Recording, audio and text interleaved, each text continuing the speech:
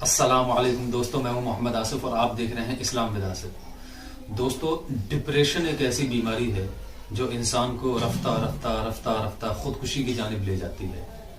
اور انسان ڈپریشن کا شکار کب ہوتا ہے؟ انسان ڈپریشن کا شکار تب ہوتا ہے جب اس کی زندگی کے وہ مسائل جن کی امید اس نے کبھی نہ کی ہو، جس کے بارے میں اس نے کبھی نہ سوچا ہو کہ میری زندگی میں یہ حادثات پیش آ سکتے ہیں، اور وہ حادثے اس کے سامنے آ کر کھڑے ہو جاتے ہیں۔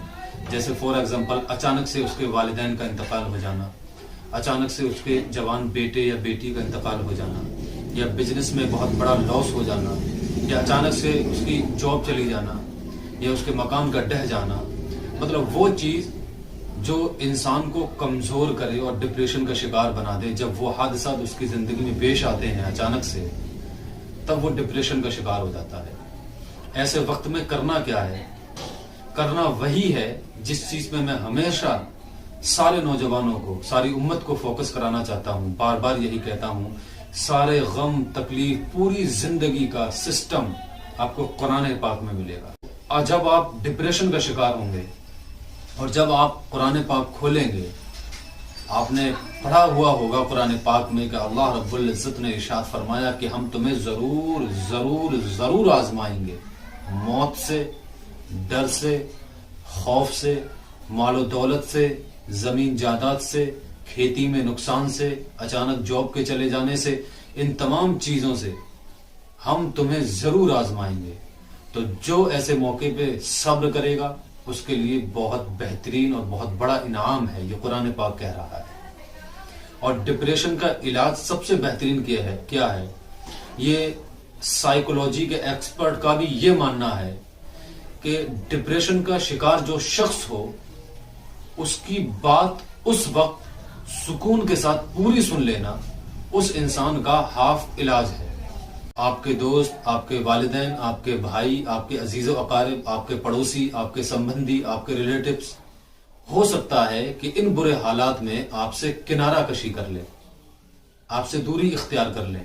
آپ اگر کہیں جائیں گے، کسی کے بھی پاس جائیں گے اپنی دل کی بات سنانے کے لیے، آپ کا ٹائم خرچ ہوگا، وقت خرچ ہوگا، سمے لگے گا، آپ کو اپنے زندگی سے ٹائم نکالنا پڑے گا، ٹائم دیکھنا پڑے گا میرے پاس وقت ہے یا نہیں۔ لیکن اللہ رب العزت ہر وقت آپ کے لیے حاضر ہے۔ اللہ رب العزت اپنے بندے کو جتنی محبت کرتا ہے، شاید ہی پوری کائنات میں کوئی کسی سے کرتا ہی نہیں ہے۔ اس اللہ رب العزت کو آپ اپنے دل کی بات ڈپریشن کے دوران سنائیں۔ سنانے کا ایک طریقہ ہے، وضو کریں، مصلی بچھائیں، اور قرآن پاک آپ نے پڑھا ہے تو آپ سمجھ جائیں گے کہ میں مصلی بچھانے کی بات کیوں کر رہا ہوں۔ اس لیے کر رہا ہوں کیونکہ قرآن پاک ہی کہتا ہے کہ اللہ سے مدد طلب کرو، صبر سے اور نماز سے۔ آپ مصلی بچھائیں، نماز پڑھیں، نماز سے فارغ ہو کر گڑ گڑا کر اللہ رب العزت کی بارگاہ میں دعا کریں۔ وہ آپ کی بات سننے کے لیے ایوری ٹائم تیار ہے، ہر وقت۔ آپ اس سے جڑ تو جائیں، آپ اس کے قرآن پاک پر یقین تو کریں، آپ اللہ رب العزت کی شان کو سمجھیں، آپ اللہ رب العزت کو سمجھیں۔ اور سمجھنے کا سب سے بہترین طریقہ، قرآن پاک کو ترجمے کے ساتھ ضرور پڑھیں۔ ڈیلی ایک پارہ نہ پڑھیں، ڈیلی ہاف پارہ نہ پڑھیں، ڈیلی ایک پیج نہ پڑھیں، ڈیلی صرف اور صرف 5 لائن ڈیلی پڑھ لیں۔ 5 نہیں پڑھ سکتے، 4، 2، 1 لائن روز پڑھیں، ڈیلی روزانہ پڑھیں ضرور۔ اپنی دکان پہ جائیں، کاروبار شروع کرنے سے پہلے آپ روٹین بنا لیں کہ آپ کو ایک آیت ترجمے کے ساتھ ضرور پڑھنا ہے۔ آپ کی جانکاری میں اضافہ ہوگا، اور اس طریقے سے اللہ رب العزت آپ جو کام جائز شروع کریں گے اس میں بے شمار برکتیں، رحمتیں اور اپنی رحمتوں کی بارش اس پر نازل کرے گا، فرمائے گا۔ تو آپ ڈپریشن سے اس طریقے سے بچ سکتے ہیں کہ سائیکولوجی کے جو ماہر ہیں، جو ایکسپرٹ ہیں، وہ کہتے ہیں کہ ڈپریشن کے جو شکار ہوتے ہیں ان کی بات کو سن لینا ان کا آدھا علاج ہے۔